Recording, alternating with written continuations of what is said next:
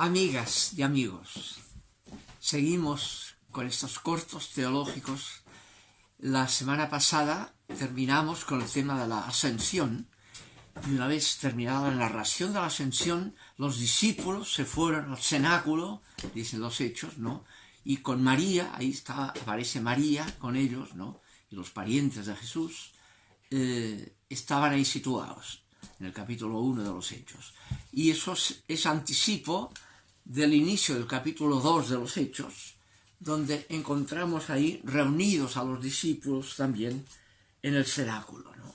Estaban todos reunidos en el mismo lugar, dice el texto. Y de repente, usa esa expresión, afón, de repente se oyó un ruido muy grande y con lenguas de fuego, ¿no? El símbolo, digamos, penetró el Espíritu de Dios, como un viento, un pneuma, que hace ruido, un viento, ¿ya?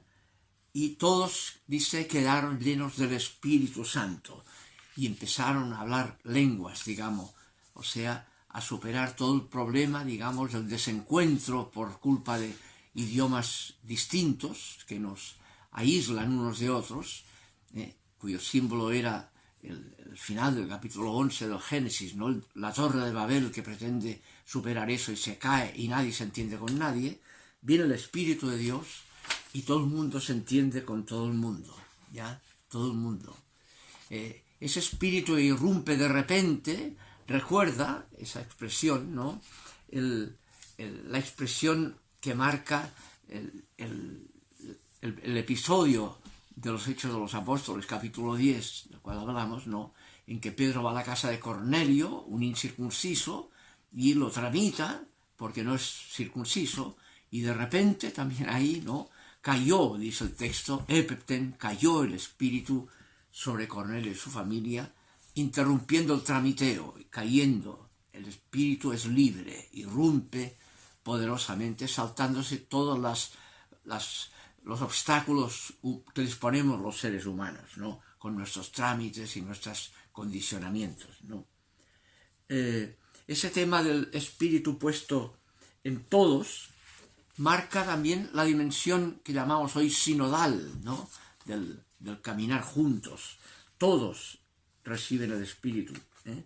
El texto le faltan pueblos, ¿no? Dice todos, los medos, los elamitas, habitantes de Mesopotamia, de Judea, de Capadocia, del Ponto, de Asia, de Frigia, de Panfilia, de Egipto y Libia, los romanos, judíos y prosélitos, cretenses y árabes. Imaginen, todos reciben el mismo espíritu y se termina la dispersión de lenguas y todo el mundo se entiende con todo el mundo. Esa notable, digamos, visión de la irrupción del espíritu, ¿no? Con esa irrupción del espíritu, la teología neumatológica del espíritu la elaborará muy fuertemente San Pablo, que él mismo hizo la experiencia de esa irrupción del espíritu de repente también en el camino a Damasco. Sabe lo que significa esa toma de conciencia que lo cambia todo y que motiva y da coraje a la libertad para decidir en la línea de esa toma de conciencia, y ahí se da la experiencia del espíritu, la toma de conciencia, ¿no? Si no hay toma de conciencia no hay espiritualidad posible, ¿no? Radica la toma de conciencia, que es donde radica lo que llamamos la imagen de Dios. Somos imagen de Dios porque tenemos conciencia que permite la libertad, precisamente. Y ahí esa apertura de la conciencia es lo que permite, digamos, luz y coraje para decidir en la línea de esa misma toma de conciencia, en lo cual consiste la fidelidad al espíritu, el no pecar contra el espíritu, ¿ya? Entonces, Pablo, en la carta que hoy está en el texto litúrgico, ¿no? Dirá que el espíritu es el mismo, por eso todo el mundo se entiende con todo el mundo, ¿no? En su narración, pero hay diversidad de dones. Cada uno tiene su ADN, su formación, su diverso condicionamiento, donde se da esa toma de conciencia común, esa fidelidad al espíritu común. Dice, hay diversidad de dones, pero el espíritu es el mismo. El Señor es el mismo y Dios es el mismo. Espíritu, el Señor y Dios. Tres nombres para decir lo mismo, la realidad de Dios misma, ¿no? Y luego le da el significado comunitario, sinodal, eclesial, ¿no? Dice, a cada uno le es dada la manifestación del Espíritu para compartirlo. Prosto sincero, dice el texto, para compartirlo el Espíritu, para que eso nos permita, digamos, superar los egocentrismos, lo que nos diferencia, la dispersión de lenguas, para compartirlo, entendernos todos, la común unión, ¿no? El término sinceron recuerda y se parece al término sínodos, caminar juntos, sínodo. Caminar juntos es compartir, sinceron, sínodos, ¿no? Por tanto, el Espíritu es compartido y así caminamos juntos, ¿ya? El texto de esta segunda carta de Pablo, además, vincula esa irrupción del Espíritu con el bautismo común a todos. Porque hemos sido, dice él, todos, esos pueblos distintos que ha marcado, ¿no? Todos hemos bebido del mismo y único Espíritu. Gen, dice. Gen es el único Espíritu. Todos hemos bebido, y es un término de agua, el Espíritu vinculado al agua. Obviamente ahí recuerda el tema bautismal, por el agua, inmersidos en el agua, en la inmersión del agua, estamos penetrados por el Espíritu, como Jesús, después de haber salido del agua del Jordán, el agua exterior, viene la penetración del Espíritu que conecta el pozo y el agua interior. Y obviamente esa penetración del Espíritu vinculado al agua recuerda el texto del Evangelio de Juan, el capítulo 4, un texto muy importante, en el diálogo de Jesús con la mujer samaritana, cuando la mujer le dice, cuando venga el Mesías, nos dirá quién tiene razón, si los judíos o los samaritanos, en el culto respectivo. Y es cuando Jesús le dice, mira, no es ni Garchim ni Jerusalén, Dios es espíritu y quiere adoradores en espíritu de verdad. Entonces ahí aquella imagen, si supieras cuál es el agua que yo te daré, entonces saldría un pozo de agua desde dentro de ti hacia la vida eterna. El agua que yo te daré será un manantial que brotará en ti hacia la vida eterna. Lo pone dentro, en la conciencia, ya no en la exterioridad del culto exterior, ajeno a la conciencia, sino en la conciencia. Es el cambio de la antigua alianza a la nueva alianza. Jeremías 31:31. Yo quiero el corazón, lo de dentro, no cultos exteriores. Esos cultos exteriores solo valen si expresan realmente lo que ocurre por dentro, si no, no valen por apoteósicos que sean. Eso es el tema fuerte, el cambio de la nueva alianza, ¿no? Bien, y después de esta lectura del Espíritu vinculado a la comunidad, aquel texto que tenía San Ireneo en el siglo II, donde está el Espíritu de Dios, ahí está la gracia, la Iglesia y toda la gracia. Ahí está la Iglesia y toda la gracia. Donde hay ese Espíritu de Dios que comparte ese don, ya sé que todo el mundo se entienda con todo el mundo, ahí está la gracia. O sea, ahí está la vida de Dios mismo en la comunidad. ¿Ya? La gracia es compartida en la toma de conciencia que se abre ya sin hacerse trampa. Y expresará eso mismo en un texto que hemos visto diversas veces, ¿no? El concilio en el Vaticano II, Gaudium et Spes número 22, cuando dice, la gracia, aunque no haya la mediación sacramental visible, está presente siempre que haya buena voluntad. ¿Ya? Es verdad esa gracia en todos los hombres de buena voluntad, dice el texto, en cuyo corazón actúa la gracia de un modo invisible. O sea, aunque no haya la visibilidad sacramental, hay gracia mientras haya buena voluntad, buena conciencia, como la definición que hace el 1 Pedro, capítulo 3, del bautismo, ¿no?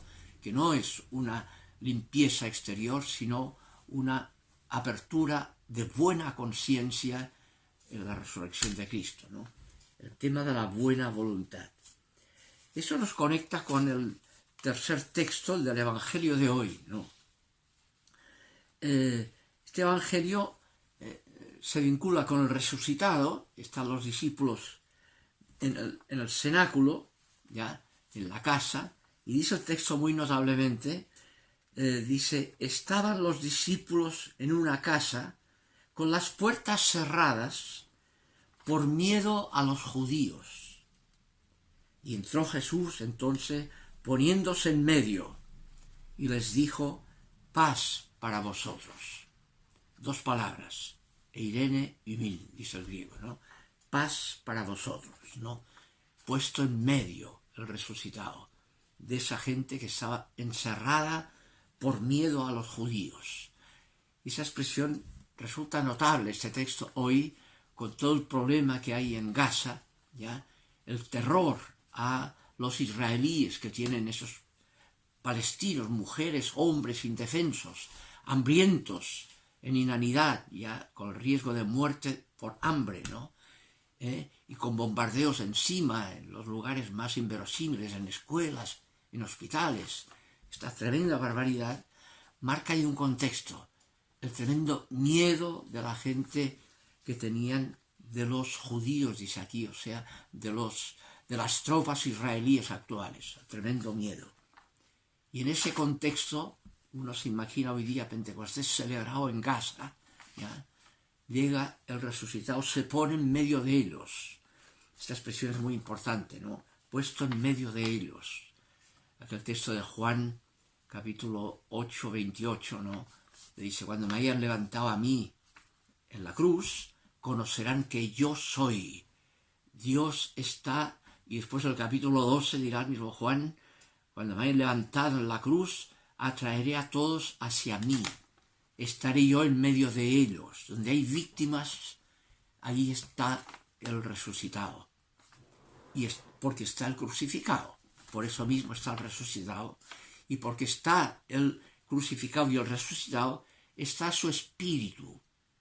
El texto con que termina el Evangelio de Juan, la muerte de Jesús, como la dice el Evangelio de Juan, dice, antes de morir, dice, está todo consumado, todo terminado, y entonces, pegando un grito, entregó el espíritu, dice el texto. No dice murió simplemente, entregó el espíritu. El mismo espíritu que animó a Jesús en vida y que por eso fue condenado a muerte, pero que Dios lo resucitó dándole la razón, ese mismo espíritu es el que es entregado a la comunidad. Y Juan describe esa comunidad en la forma simbólica de la mariología. María está ahí presente y el discípulo que le dice que entonces el discípulo acogió en su casa a María. Ya nace la iglesia de la muerte de Jesús y entrega el espíritu, ya ese espíritu del crucificado que es el mismo espíritu del resucitado, que es el texto de aquí, ¿no? Ya se me pone en medio de ellos a esa gente que estaba encerrada por miedo a los judíos, aterrorizados por toda la masacre que está ocurriendo, y les dice, paz a vosotros, eirene y min. Y luego lo insiste, 2 veces lo pone el texto, vuelve a insistir, paz a vosotros. Y entonces conecta esa paz con el perdón. ¿Ya? Primero la paz es, como dice muy bien la definición del profeta Isaías, ¿no? La paz es obra de la justicia. Es obra de la justicia. Donde hay justicia habrá paz. El Espíritu, por tanto, suscita tomas de conciencia, de fraternidad, que llevan a superar la injusticia, a no soportar la injusticia que rompe con la fraternidad, a descubrir y tomar conciencia de que todos somos iguales, hermanos, hijos del mismo Padre. ¿Ya? Abrir eso. Todo el mundo se entiende con todo el mundo, eso es lo que hace el Espíritu. Entonces, abrir esa conciencia, sí, evitando cerrar la conciencia o ir contra conciencia, que es aquel texto notable, tremendo de Mateo 11, cuando dice, todo será perdonado. El perdón va vinculado a la buena voluntad, a la conciencia. Incluso será perdonado si por buena conciencia alguien blasfema contra el Hijo del Hombre. Será perdonado. Pero hay un pecado imperdonable en este mundo y en el otro, le iba a decir Mateo, ¿no? Que es el pecado contra el espíritu. O sea, el ir contra conciencia, a plena conciencia de que es ir contra conciencia. El evitar tomar conciencia para poder actuar contra conciencia sin tener mala conciencia por ello, ¿no?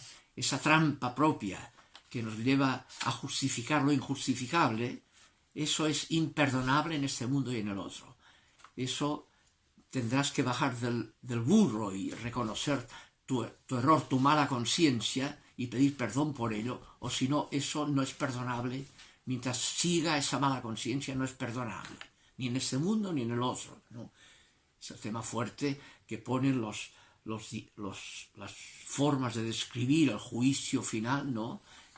Lo que han hecho o no hecho a plena conciencia contra el hermano, eso tiene que pasar por el fuego, tiene que ser purificado, o si no, no se puede acceder a Dios, si no hay superación de eso, ¿no? Ese es el tema importante que tenemos aquí, ¿no?